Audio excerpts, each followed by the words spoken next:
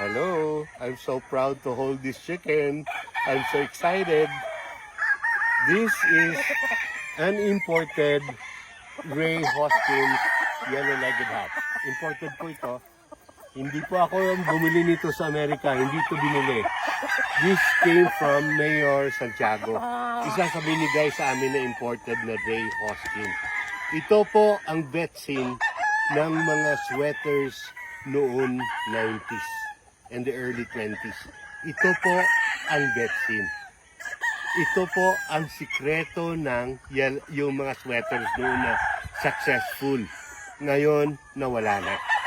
Kasi nawala na yung Ray Hoskins nila. Ito po, ang nakuha nito ni Mayor sa isang breeder sa Amerika na also a purist. Purists, they only produce pures and they don't sell in America. Sometimes only 1 or 2 in Mexico.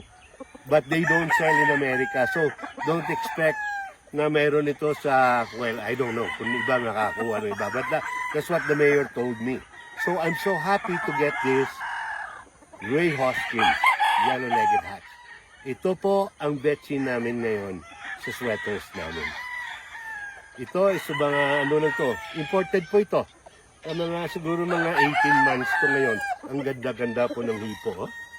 Ha? Ganda ng tayo. Ito ha, tignan nyo siya sa lupa ha. Yan. Parang sweater ano po? Parang sweater mo.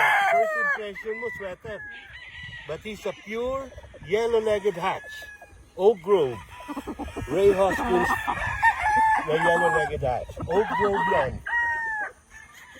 Okay po?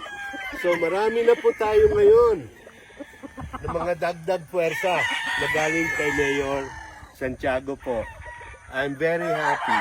Thank you, Mayor, for sharing all of these bloodlines with us. I'm very humbly and I'm very humble and I'm very thankful. Salamat po, Mayor. Ingat po kayo. This is Boy J. Lunao of the Boy J. Lunao Game Farm, Boy Jimenez Jr. po, from Baguio City, Negros Occidental. Ingat po.